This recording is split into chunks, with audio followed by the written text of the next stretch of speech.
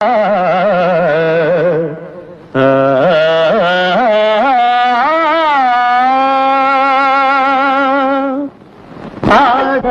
అందాల సురభామిని, ఆడవే అందాల సురభామిని, ఆడవే కళలన్నీ ఒకటేననే, ఆడవే అందాల సురభామిని.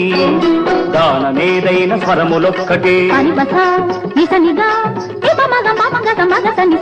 నాట్యమేదైన నడక ఒక్కటే, భాష ఏదైన భావమొక్కటే, అన్ని కళల పరమార్థమొక్కటే, అందరినీ రంజింపచేయుటే. ఆడవే అందాల సురభామిని.